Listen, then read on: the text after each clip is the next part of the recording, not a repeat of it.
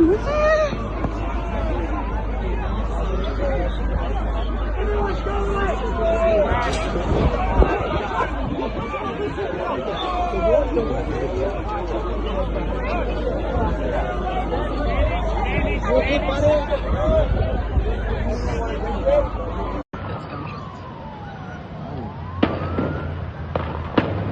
lot of gunshots.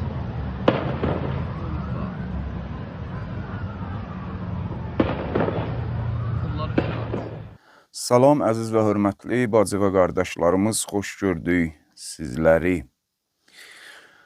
Yadınızdadırsa, dəfələrlə xəbərdarlıq etmişdik və tez-tez bu mövzuya toxunuruq ki, artıq oyanış dalğası dünyanı bürüyüb, şərqdən qərbə, dinindən, milliyyətindən, məzhəbindən, rəngindən, dilindən asılı olmayaraq, Siyonist yaxud fasiq Yahuda qarşı artıq nifrət dalğası özünü göstərir. Hətta bu Amerikanın öz daxilində özünü göstərir ki, bir ay təqribən bundan öncə Amerikanın özündə 7 milyondan çox insan ayağa qalxmışdı. Bütün bunların yanında Quran ayəsindən dəfələrlə danışmışdıq İsra surəsində ki, Bəni İsrailə 2 dəfə ağır zərbə ki, ikincisi nabudluq əlamətidir və hədislərdən də toxunmuşduq, mötəbər rəvayətlər və bugün gedən proseslərlə uyğunlaşdıraraq böyük ehtimalla apokaliptik hadisələr ərəfəsində olduğumuzu və ya içində olduğumuzu təhlil etmişdik. Və digər bir mətləbə də toxunmuşduq ki, Siyonist rejim artıq kütləvi köçün qarşısını ala bilmir.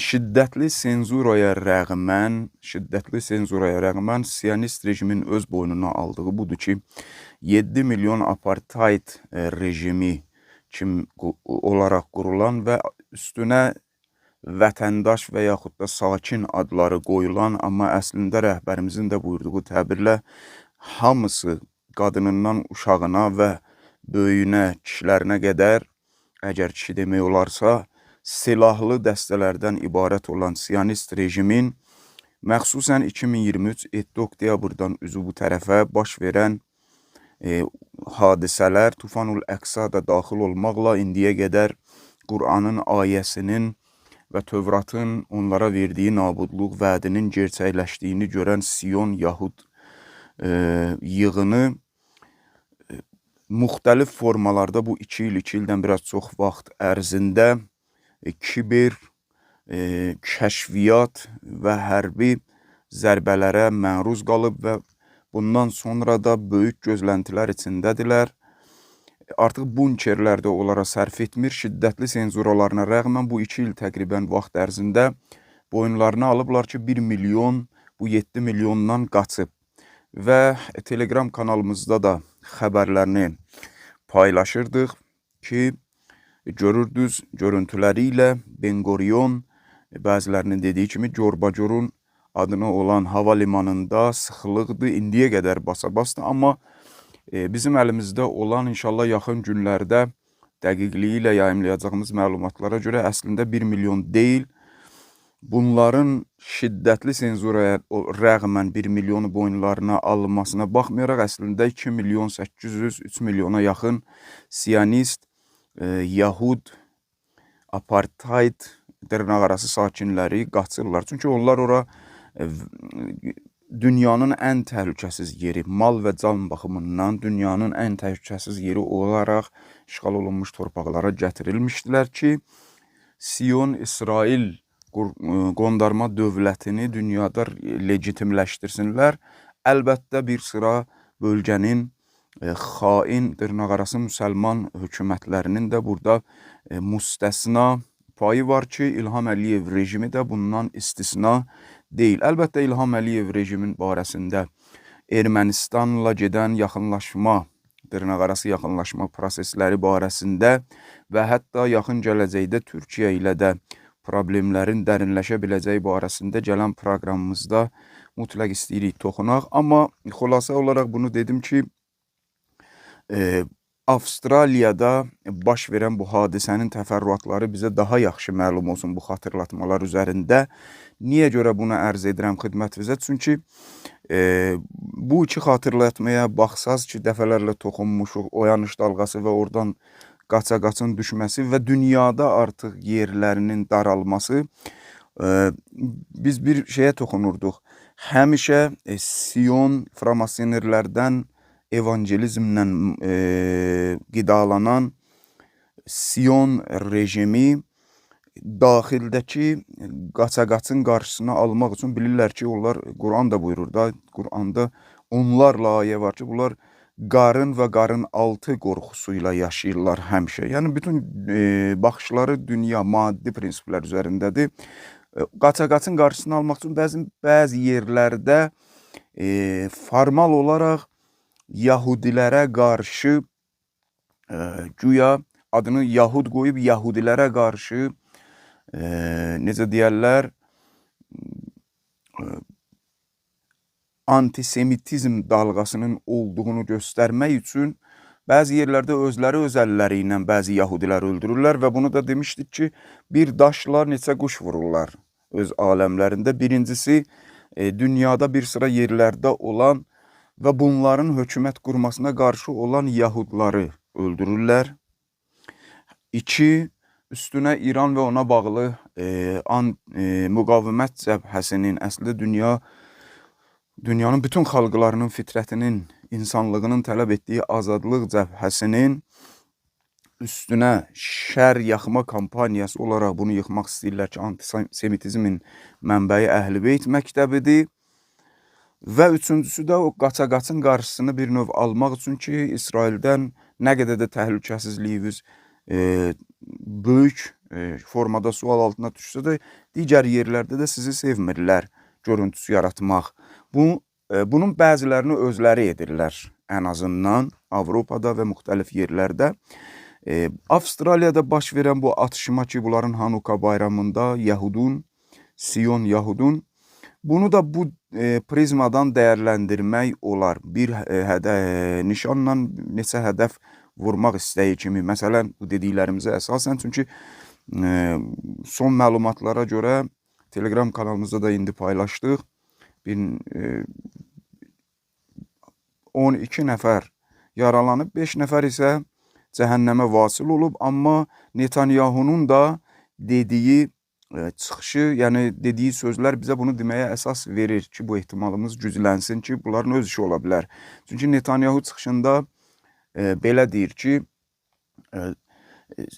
Siyonistlərin bu, necə deyərlər, kütləvi qırğına məruz qalması bizləri çox təsirləndirdi filan. Biz Avstraliya hökumətinə bu yaxınlarda antisiyonist dalğanın və yaxud da mövqeylərin Avstraliyada güclənməsi barəsində biz xəbərdarlıq etmişdik. Düzdür, belə danışmışdı.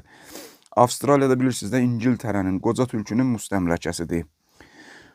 Bu bizə nəyi deməyə əsas verir? Dediyimiz bu faktlara əsasən bu atışma bunların öz işləri ola bilər. Fikir verin, əvvəl antisemitizm adı qoydular, anti-Yahud gördülər, yox. Getdikcə Trump və Netanyahunun timsalında evangelizm və Siyonların iç yüzü bütün dünyaya açılır. Anti-Yahud kampaniyası adı çox effekt vermir, indi deyir antisiyonist. Bu bir məsələ. İkinci məsələ, Netanyahu bunu bəhanə edir.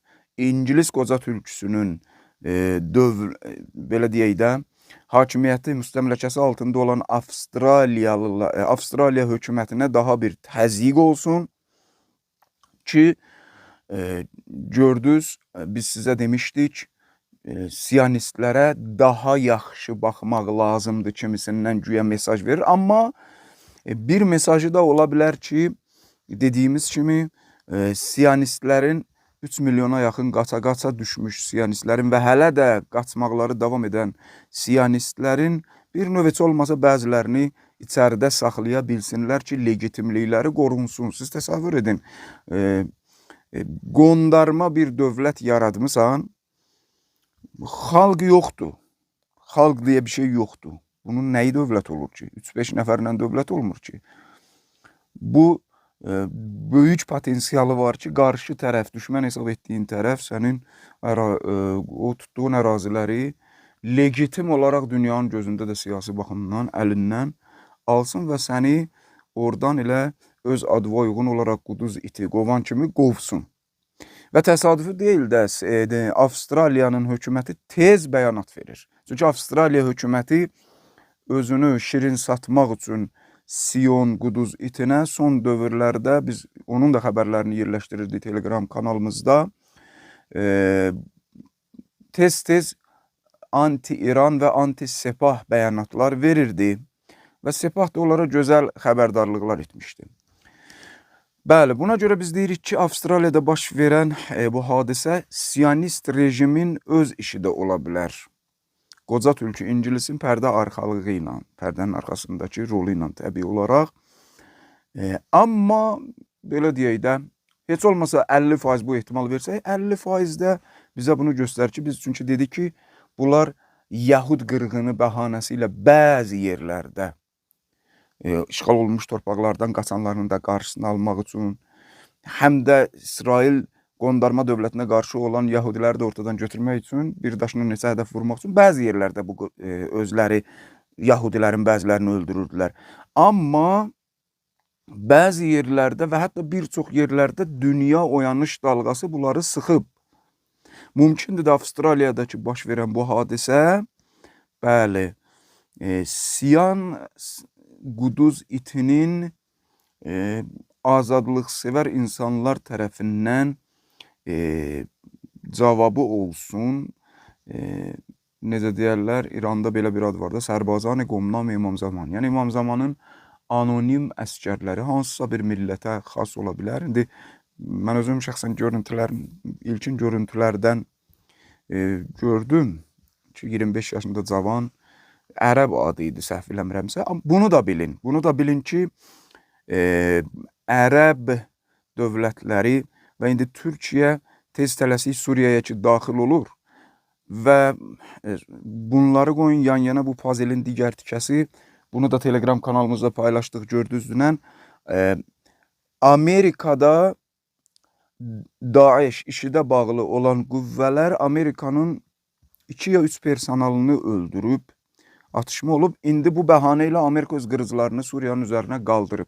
Türkiyə Amerikaya, Suriyaya daxil oldu. Nədən sonra Hakan Fidan tez qaça-qaç gəldi Tehrana. İndi Erdoğan gəlmək istəyir Tehrana. Niyə? Biz demişdik. İran 10 milyonlarla sənədi alt-üst edərək İsrailin ən təhlükəsiz və həssas yerlərindən gətirəndən sonra kəşfiyyat məlumatlarını Sepahın sözçüsü dedi Türkiyədə verəcək və dedik ki, vermişdilər görünən bəzi məlumatlara görə.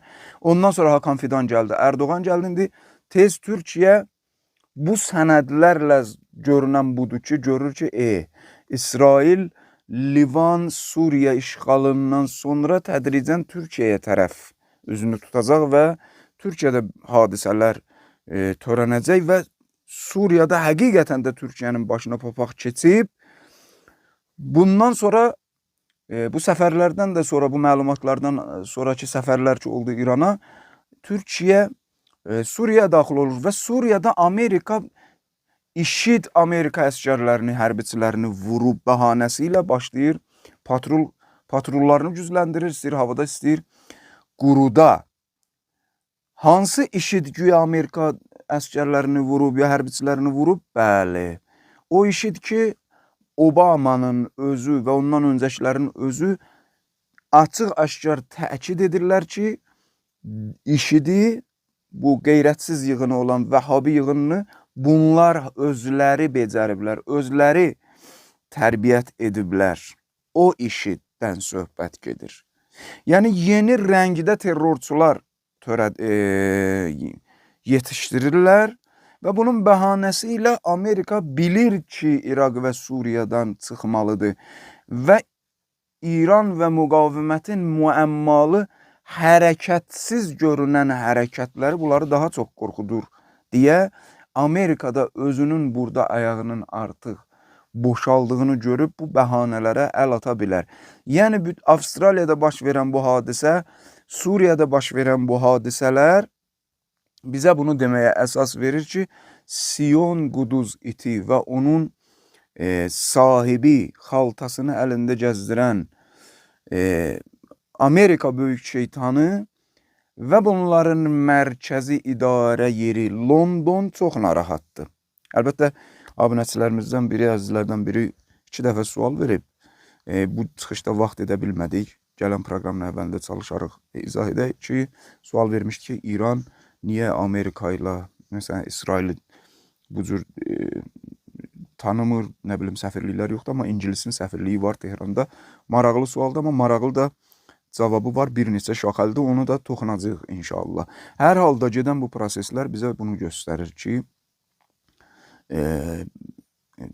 düşmən cəbhəsinin vəziyyəti dediyimiz kimi yaxşı deyil və qarşıdakı 3 il, maksimum bəzilərinin də əlavə elədiyi 2 il, 2030-a qədər 5 il, böyük dönüm nöqtəsi bizi gözləyir, böyük dəyişimlər ki, inşallah müsbətə doğru gedəcək. Əlbəttə, əzizlər, bir daha ərz edirik xidmətinizə ki, Telegram kanalımızın linkini həmişə olduğu kimi bu çıxışın şərh adlıq bölməsində yerləşdiririk. Abunə olun, daha çox dəstək olun ki, daha çox xəbərlərdən xəbərdar ola biləsiniz. Sübh yaxındır, sizləri sübhün sahibinə əmanət edirik.